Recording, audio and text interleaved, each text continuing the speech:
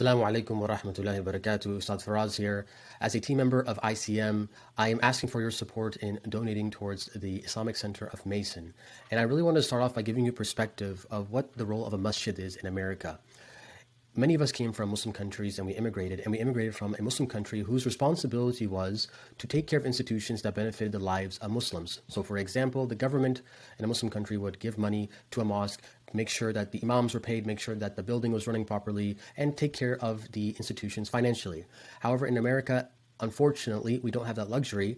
And so because the government is not looking out for the benefit of masjids and providing those services for the Muslims, that responsibility falls on the members of the community. And I want to give you one quick example. If you look into the history, Yale University, for example, the reason why Yale University is called Yale University is because there was a person by the name of Yale who donated $500 to put into the endowment of the university. And now this university is worth billions of dollars. It's one of the richest waqfs, endowments in the whole entire world.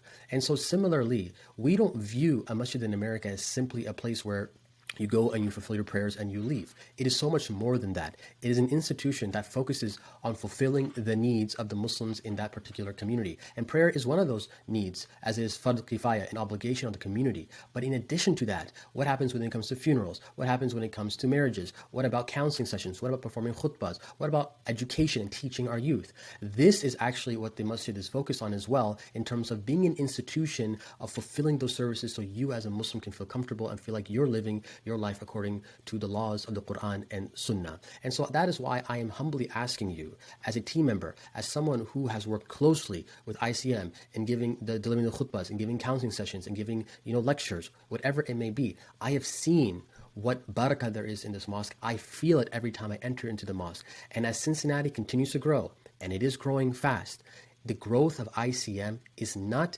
just a thing that we want, it is a necessity. Whether or not you put your money into ICM inshallah ta'ala will grow. Someone will find that money, and Allah subhanahu wa ta'ala will find those people who will put that money into ICM. And this is actually a golden opportunity, because ICM is ready to grow. ICM is growing spiritually and also physically in terms of the building space and all the things that we will be having inshallah ta'ala.